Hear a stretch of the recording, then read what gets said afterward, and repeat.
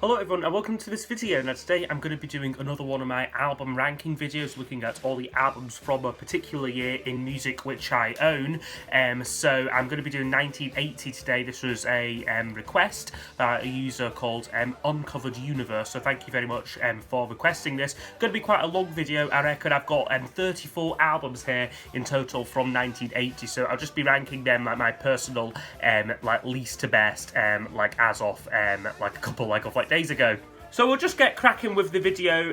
Number 34, my least favourite album from the year. Now this will be a bit of a disappointment to someone in particular. I'm going for The Motors and Tenement Steps, and that someone is like the wonderful like James Griffiths. Like I think this is one. Well, this is one that he actually sent to me like a few years back, along with their much better second album, Approved by the Motors. This one I just couldn't get into. It's one I had to like revisit, but it's very overproduced. This album, very exuberant, like lots of synths and kind of very reminds me a bit of like ELO, but a kind of naff version of ELO, like I would say. Like lots of tracks just have a very kind of sort of puzzling kind of like rock opera kind of feel to them. It's just far too like overblown, and then some of the songwriting is really terrible. I picked out the song Modern Man, just really rubbish like songwriting. Just there's an album absolutely devoid like of any like subtlety like at all. So yeah, Tenement Steps by The Motors unfortunately would come in as my least favourite from 1980. Next up now at number 33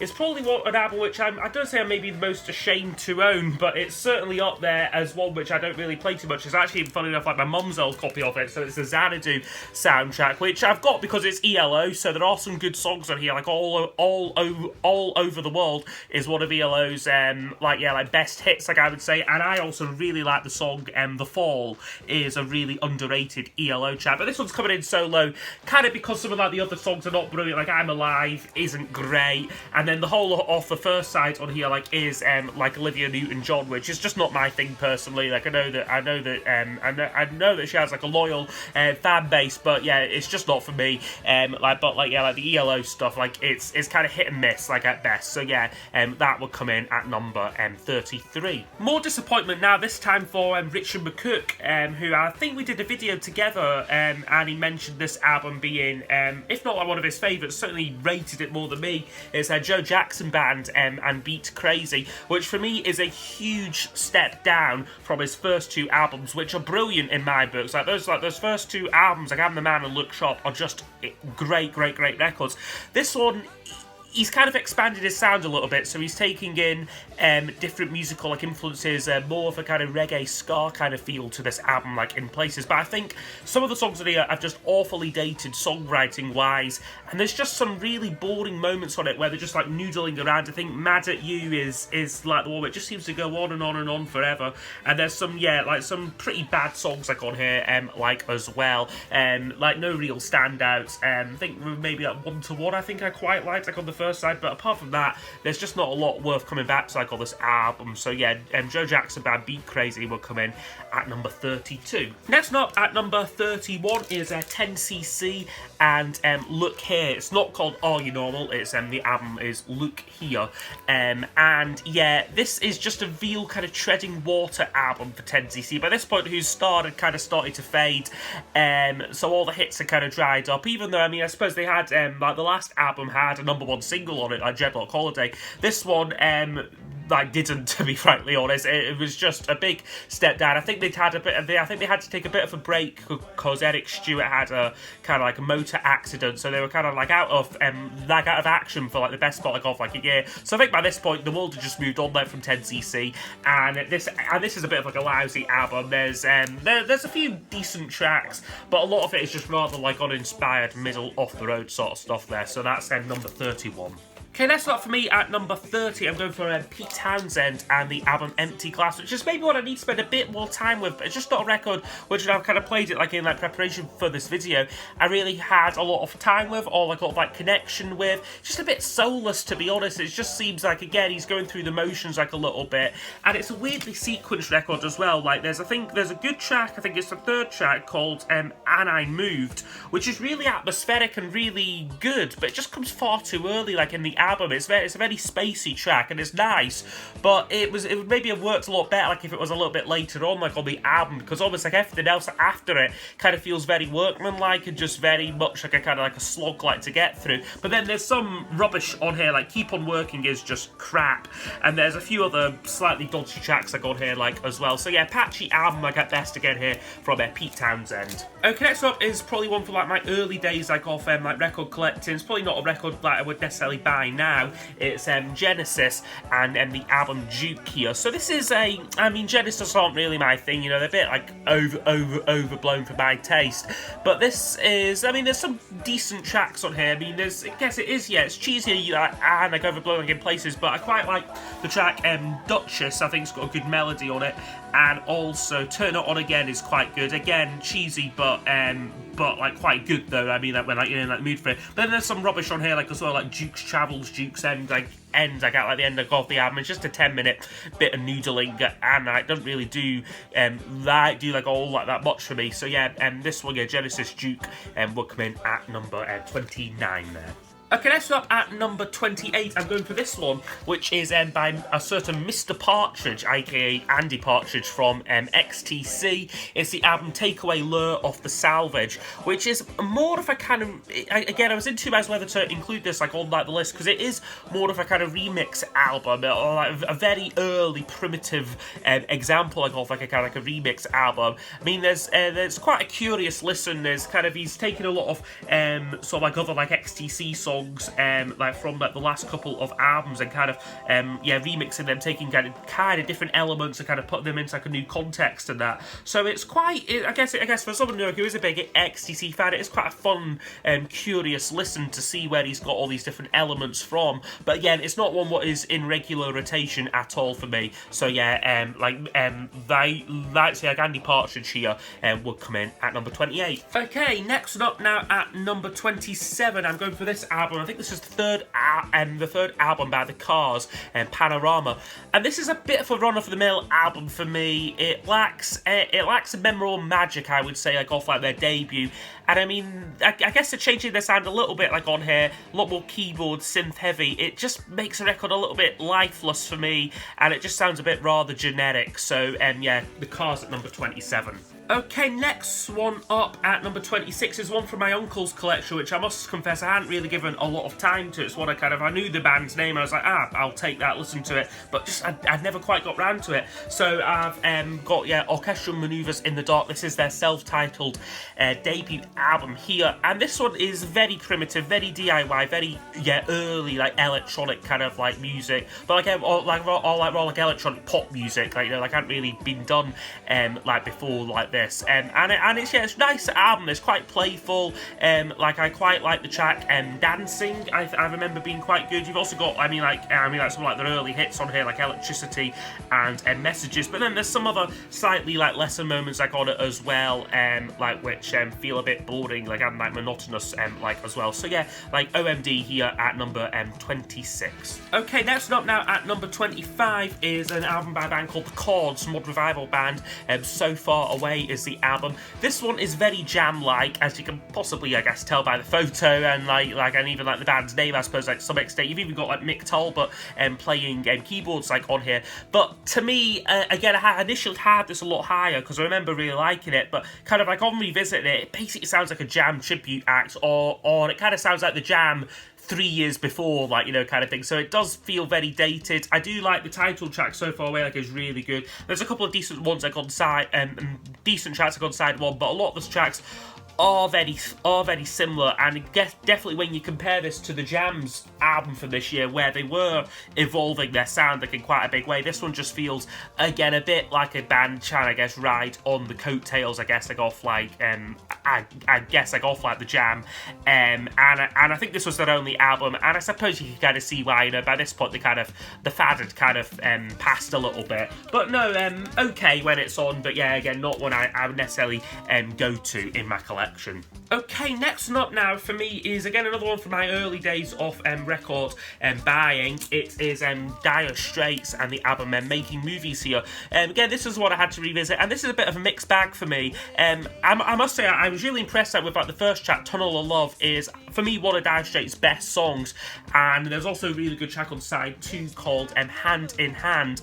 But a few other ones on here were a bit more snoozy as well. You know, kind of quite long songs which don't really go anywhere for me. Notably with this album produced by Jimmy Iovine, who had worked with Tom Petty like the previous year, and he really gives this album a kind of very lush sound but quite powerful sound as well, like when it wants to be, particularly like on like that Tunnel of Love track. But as I said, a few more snoozy moments on it, but certainly better than I remembered it to be like as well. So yeah, Making Movies will come in at number 24. Okay, next one up now at number 23, I've got Paul Simon's album from 1980, One Trick Pony, which was the soundtrack to his film of like the same name. A bit of a sleepy listen in places, particularly on the second side, but why it's so high is there's some really good tracks in it. I mean, like Late in the Evening is one of his best solo songs. I also really like the title track. How the Heart Approaches What It Yearns Like is a really good ballad, and Ace in the Hole like is like a decent like up tempo. I wouldn't quite call it like a rocker, but it's kind of as close as Paul Simon gets to one, like to like be honest.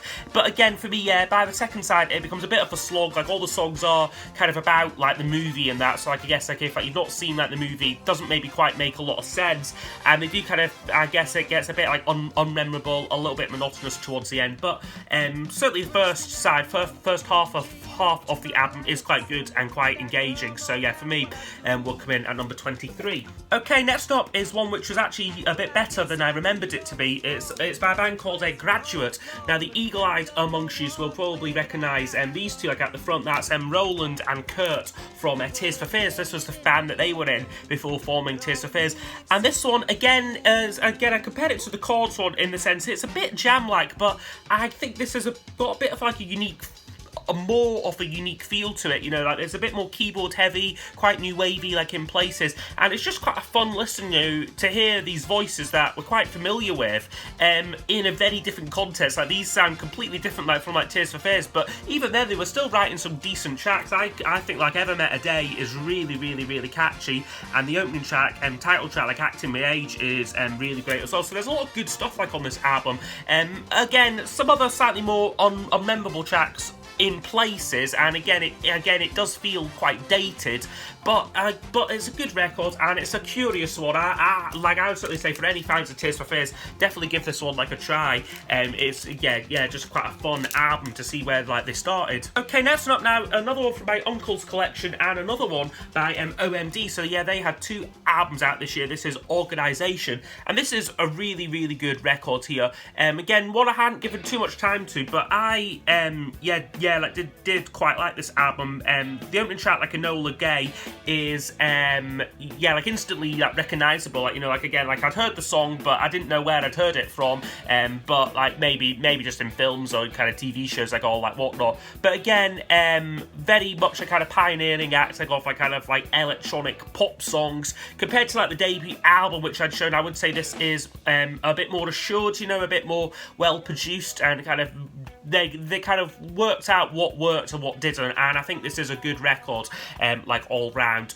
So yeah, that's Organisation by OMD. Okay, next up for me is The Police and Zenyatta Mondatta. Now, for me, a lot of the Police albums are a bit frustrating. They always have 1 or 2 great singles and some killer album tracks, but there's always just a few fillery songs on there for me which just kind of prevent the album being kind of perfect, or like in like kind of like a top tier album. And this one is certainly like no exception. There's some great tracks on here, and the sound is developed. It's a lot more focused, I would say, than some of like their previous albums.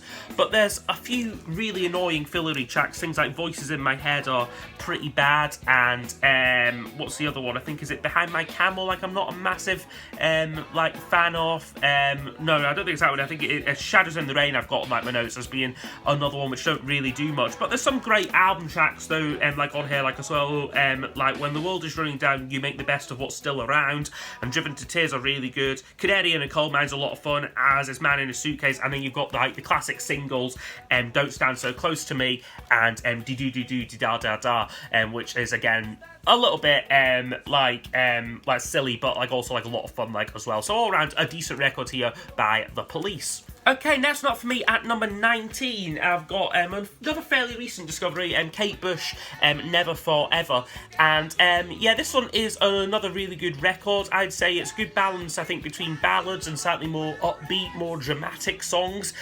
So again, a good mix of singles on here, like as well. You've got like Babushka, which is the first track, and then I think Dreaming as well was also one of the singles. And then some other great album tracks like Violin and Blow Away. Like I said, again, just a nice kind of variety in terms of ballads and rockers, and also some kind of quite British sounding like arrangements on here. Things like Army Dreamers has this kind of harpsichord going on, and it does sound like quite different like for like the time, like I suppose. So yeah, that's Never Forever by Kate Bush. Okay, that's not for me is this album Auto American by Blondie, which again is one which I thought was better than I remembered it being.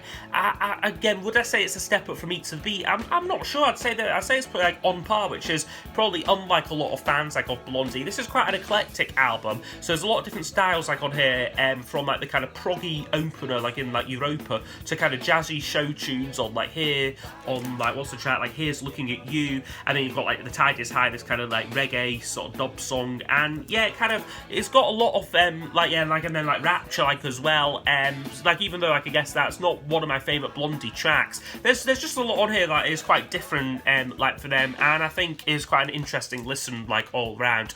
So yeah, that's Auto American at number 18. Okay, number 17 now, I've got John Lennon's Double Fantasy here, or rather John Lennon and Yoko Ono's, because she plays a pretty big part like on this album. It's a kind of very much a kind of shared album between the two of them, and it's an album which I do have mixed feelings about. I guess on the one hand, this does have some of my favourite John Lennon songs like on here. I think that he really, I guess the years off did him well. I think, you know, like he came back with songs which were I guess a bit soppy, but you know, represented a man who was comfortable like in his life like at this point, you know, and kind of like sort of happy like where like he was to things like Starting Over, Watching the Wheels, like Beautiful Boy, and like Woman, like all really really really great songs, and even I guess to some extent some of Yoko's contributions are interesting to say that the least. I mean, a couple of the tracks that have a very kind of 80s kind of B-52s kind of feel to them, but then there's other ones which are just absolute rubbish. Things like I'm Your Angel and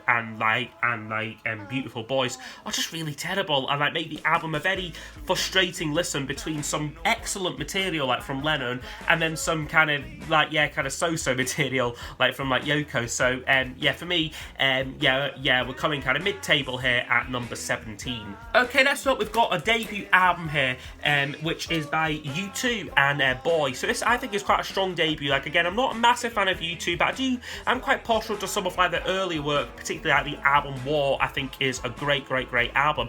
This one is a sound which is quite ahead of its time, like, you know, very much set the template for like U2's sound, and I think that's kind of down like in a big way to Steve Lillywhite, who was who, like, again, like as a producer, really like at the top of his game, like around like this kind of time. So there's some great tracks there, like I Will Follow and A Day Without Me, like is another favourite. Again, maybe some of the tracks do sound a bit samey, but I think it's like an enjoyable listen, and again, it's different for like the time, like as well. You know, it's a big sounding album, this, and I think like set them off like on like a course, like of I think like their first 3 albums are all really great stuff there. So U2 will come in at number 16. Okay, next up at number 15, I've got ABBA and the album Super Trooper here. Now this one, I guess in some ways is a little bit disjointed like as an album, but when you actually look at the components that make up the album, it's pretty good, you know. I mean, you've got like Super Trooper, Winner Takes It All, like 2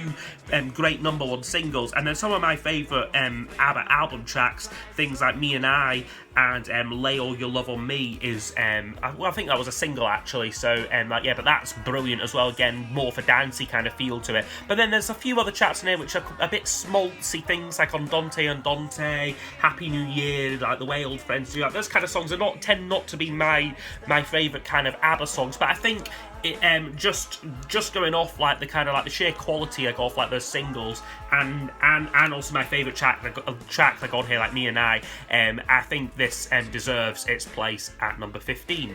Okay, next up, I'm sure a lot of people would say that I have this one far too low, but I'm going for it here at number 14, Closer by Joy Division, which, yeah, it's a bit more of a difficult album. Again, I'm not saying that Joy Division albums shouldn't be difficult or should be easy to listen to, but this one, yeah, is definitely not quite as, it's definitely not quite got the kind of like the memorable hooks, I guess, what some of like what some songs like on like their debut Unknown Pleasures have, things like Disorder and She's Lost Control. This album's a lot more dense and a lot more darker, like I would say, but definitely shows some development like artistically like as well. But it is a record I do very much need to be like in like the mood like to appreciate. It's not a record I could just like sort of put on like at like any time and really like enjoy. So yeah, Closer for me will come in at number 14. Okay, next up at number 13, I've got the second album by The Cure, 17 Seconds here. So this one, bit of a change in direction for The Cure. You know, like the first album had a bit more of a kind of post-punk feel to it, very short, snappy songs, quite melodic, but yeah, very kind of straight ahead kind of songs. This album takes their sound in a whole new direction, becoming a lot more like atmospheric, a lot more darker, but at the same time, I think it's a good mix between that and also the kind of slightly more accessible singles in things like Play for Today and A Forest. So I think there's a lot of good stuff like on this album, which, yeah, I think warrant its place at number 13. A lot of people will probably groan, I guess, at how high I've put this, but as a big fan, I kind of, I think I've maybe been sensible with where I'm putting this. So McCartney 2 at number 12 here, which is just a fun, whimsical album for me, which also has a hint of it being, I guess, ahead of its time, like in like some ways, you know, like it's a record which has really grown, I guess. I was never a fan of it like when I first got it, when I first heard it, but once you understand the backstory, you know, like he's an artist who I guess was, by this point, frustrated with his band Wings at the time, was wanting to kind of do something a bit different, a bit like off like the wall, and then kind of recorded it all by himself, like in Scotland, like over like the course like of like a few weeks. I think it's a good record, and I think it's a good mix of killer singles, like, you know, like absolutely top class McCartney songwriting in things like Coming Up, Waterfalls, and like One of These Days, like the closer, like is great, and then some quite fun like instrumentals, like quite like inoffensive stuff, things like Front Parlour and Frozen Jap have quite a nice kind of like atmosphere to them. And you've also got Temporary Secretary, which again I guess is not for everyone, but I think is quite like an innovative song like as well. It's a song which has certainly stood the test of time. So yeah, McCartney 2 for me I think is solid. I think it's my favourite out of the McCartney trilogy like of albums, like which we have now, and yeah, will come in at number 12. Okay, next one up is an album, another second album here by The Undertones, which is Hypnotised here. Now, I love their debut album. I think it's one of the best debut albums ever. And this one could be just as good for me. I think it's a good mix of great singles on here. So things like Wednesday Week and My Perfect Cousin, I think are two of the year's best singles. And there's, I think, just the rest of like the other material is just very high energy, catchy songs, really well produced, and like yeah, like Fergal Sharkey delivers them like with like a lot of like gusto like as well. Like a lot of like great stuff like on Hypnotised by The Undertones. Okay, now we're into the top 10, so that kicks off with the Talking Heads and Remain in Light. So this is probably the Talking Heads, I would say, their most assured album, or certainly most assured like up to like this point, you know, like this had kind of taken their collaboration with Brian Eno in a way to its logical conclusion. It's a very innovative album, again, lots of groups, lots of kind of loops, and kind of this kind of melding of kind of electronic and kind of world music kind of clashing together like on like this album. A lot of very memorable tracks on here too, things like Born Under Punches, Cross-Eyed and Painless, and of course like Once in a Lifetime is on here like as well. For me, a few lesser tracks on here. I wouldn't say it's my favourite Talking Heads album. I would say it's probably maybe like my third or fourth favourite, because there's things like Listening Wind and The Overload, which are maybe a bit more difficult material, but all round, like innovative, timeless records here though, which I think deserves its place in the top 10. Okay, next up now for me at number 9 is this album, Elvis Costello and the Attractions, Get Happy. This is, I think, their 4th album, and was another change in direction for Costello. You know, he kind of mastered the kind of angular, kind of angsty new waver, kind of like on This Year's Model, and to like a lesser extent like Armed Forces. And this album was kind of like his love letter to kind of Motown and kind of soul music. So there's a lot of tracks on here. There's 20 tracks, so it's a kind of, I was going to say like a high energy album, but I mean like there's quite a few slightly like slower, like lower tempo tracks. Things like Possession, Clown Time Is Over, Temptation like as well. But like there's a lot of like material like on here, so it's a very dense album. Like all the songs are very short. I think a lot of them just struggle to even reach like 2 minutes. So it's very short, snappy songs. But I think he keeps up the kind of like the hooks on here. Like there's a lot of very catchy songs like on here like as well. It's maybe just maybe not my absolute favourite Costello album, but certainly keeps up, I would say, like a streak of really strong releases. Okay, that's not at number 8. I'm going for this one, which is The Teardrop Explodes and Kilimanjaro, their debut album, and a really underrated and influential record for me. I guess a lot of 80s indie pop would be kind of modelled like on like this sound. There's some it's a good mix on here, like some of like their biggest singles, things like Reward and Treason, or Lag, or like great tracks. Just some slightly lesser commercial material, but just an all-round really great record, one which I really enjoyed, and I think deserves its place at number 8. Okay, next one up now at number 7, we have Sound Effects by The Jam. So this one's again a bit of a change of direction for The Jam. You know, they kind of I guess with like their last single, Going Underground, they kind of reached the peak of that kind of big kind of wall of sound kind of singles, you know, like very loud guitars, but kind of straight ahead sort of anthemic kind of like singles basically. They'd reached a peak, and I guess Paul Weller, being kind of like the restless guy like that he is, wanted to do something a bit different. So this one is a bit more angular, a little bit more post-punk, and almost minimalistic, like in places as well. You know, like the sounds are a bit more stripped back, like on here, a little bit more raw. But I think there's a lot of variety like on this album, from like things like the tender ballad like Monday to things like more aggressive and punky stuff like Set the House Ablaze and like Button Different Now, to songs which are like obviously very like influenced like by like the 60s, and things like Start and Man in the Corner Shops. So all round like a really great record here. Just for me, a couple of tracks which aren't among my favourite Jam songs. So like I said, like Set the House Ablaze, I don't think is like one of my favourite Jam songs, and then also Music for the Last Couple, so kind of like a semi like instrumental track, which again is a bit of filler. So not a perfect record, but a damn good one though at number 7. Okay, next up at number 6, I'm going for Argy Bargy by Squeeze. So this is a really strong collection like of songs here, like for me, a big step up in terms of like their sound like as a band, like compared to like Cool for Cats. There's songs on here which I think are among the best like of like the year. The first two, like Pulling Muscles from the Shell and Another Nail in My Heart, are just incredible singles. But there are also some great album tracks as well, like Separate Beds like is another favourite of mine, Think I'm Go-Go, Vicky Verky, a lot of great stuff like on this album. I mean, a couple like of like lesser moments like on it like as well. Again, I suppose it's a bit like the Jam one, some great singles, but maybe a couple of fillery tracks like as well. But all round a great listen. So Argy Bargy would come in at number 6. Okay, top 5 time. Interesting top 5 this actually for me. So at number 5, I'm going for The Pretenders, their debut album here. This record for me just has a lot of attitude to it, teamed with great songs, like, you know, a good variety of of kind of high energy kind of punk music, like I guess you would say, but kind of, I guess it's not punk, but it's kind of, there's a lot of energy to like a lot of like the tracks. There's slightly more like ballady moments as well, like Chrissie Hynde kind of crooning her way through things like Lovers of Today and like Private Life, to then some great kind of, I guess, 60s kind of like in 60s like influence songs, things like Kids have a kind of birdsy kind of jangle feel to them, and like of course the classic like Brass in Pocket like as well. So yeah, just a really great record here. Yeah, we'll come in at number 5.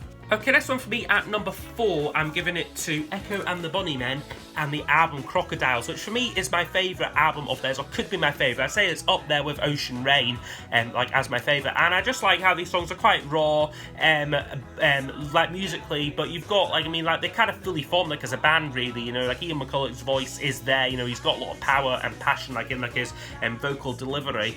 I suppose in some ways it's an album like of two halves. You know, like the first side is a bit more. I guess it's a bit more less accessible, but the second side is just killer singles, you know, like, I mean, like Rescue, and songs that should have been killer singles, like Villiers Terrace and, like, All That Jazz, which I think, like, are on, like, a best-of CD, like, I've got. So it's just that kind of mix, like, of kind of, like, yeah, like, slightly more, like expansive tracks like on like the first side, and like then like yeah, like just some great kind of pop songs like on like on the second side, rather like Echo and the Bunnymen's interpretation like of like pop songs here. So no, all round really great record. Will come in at number 4. Okay, that's not for me. My favourite album by Peter Gabriel, his third self-titled album, more commonly known as Melt here. This is just a brilliantly consistent album. I love the sound of this record. Again, it's a Steve Lillywhite production, but it's just a very distinctive sound. There's no cymbals on this album like at all, so all the drums are very tom-tom heavy, so it gives it a very dark kind of like sort of kind of dangerous sound to it, like in like some ways. I think it's really sounds really fresh, this album, and you've got some great guest stars on here, like XTC's Dave Gregory plays a lot of like guitar on here, and you've got Paul Weller playing like And Through the Wire like as well, which is probably my favourite like on here. But just a really consistent record, and I think yeah, like easily for me Peter Gabriel's best album. Okay, now top 2. So number 2 is going to David Bowie and Scary Monsters Super Creeps. Just a real masterful record here. I think this was Bowie kind of a transitional album, like in some ways. He'd just come out of his Berlin era, very experimental, kind of slightly darker music, and was just about to go into the 80s, where I guess for like about a year or two he was the biggest star like on like the planet, or certainly one off like on like Let's Dance. This album is a kind of mix of the two, because you've got killer singles like Ashes to Ashes, Fashion, and like, but then like some other like slightly more experimental songs, I guess, like It's No Game and Teenage Wildlife. I guess it's a bit of a rewrite. I guess it's a bit of like a rewrite like of like Heroes musically, but just kind of like the way that song builds, like and like kind of like develops, is just like really good. So I think it's one of my favourite Bowie albums, because it mixes the kind of slight weirdness, like off like off the wall nature, with just great songs, you know, like songs which are commercial, which everyone knows and loves, but kind of coming from a slightly like weirder, like slightly more like experimental like point of view. So yeah, like I would say that like yeah, like I mean like his best songs on here like are like among like my favourite Bowie tracks. So yeah, Scary Monsters would be my second favourite album. But now my number 1 album from 1980 is going to XTC and Black Sea. Maybe not much of a surprise for regular viewers like off my channel, but I just think this is a brilliant record. Could be my favourite XTC album. It's certainly top 3 for me, like in like their like discography. I think on this record they've really just found their sound. You know, they were writing the quality songs to match their immense musicianship, which they kind of got when like Dave Gregory like joined, but maybe like on Drums and Wires they hadn't quite got the songwriting like into shape. I think on this record they have. I think there's a good mix of kind of catchy songs, things like Generals and Majors and Love at First Sight, like have a very kind of catchy like accessible feel to them. But even like some like Andy Partridge's songs, things like Respectable Street and Towers of London, have a kind of commercial element to them, but are kind of throwing back to the 60s, like in some ways. But I guess both of those songs, you could imagine like the Kinks like doing them like in like Another Life, like sort of thing. But then you've also got more darker tracks and more experimental things. So things like No Language in Our Lungs and like Burning with Optimism's Flames, and like Travels and Nylon, which is this kind of drum heavy kind of track. So I guess there's a lot of variety like on this album. I don't have to be like any particular mood like to enjoy this album. There's always something like on here like which is like worth listening to. So yeah, the wonderful XTC Black Sea, my favourite from 1980. So yeah, that has me gone through my top, what was that, 34 albums there from 1980. So I guess as always with these videos, if there's any records which I missed, I've missed simply because I don't own them. So if there are any ones which you kind of think that I should own, like let me know like in like the comments, and I will check them out and potentially add them to my collection. And I guess I'll have to then redo these sort of like videos like when it when my collection like grows again. But no, I hope you have enjoyed. I'd be interested to know what some of your favourites are from this year, and I will see you all next time in the next video. Goodbye.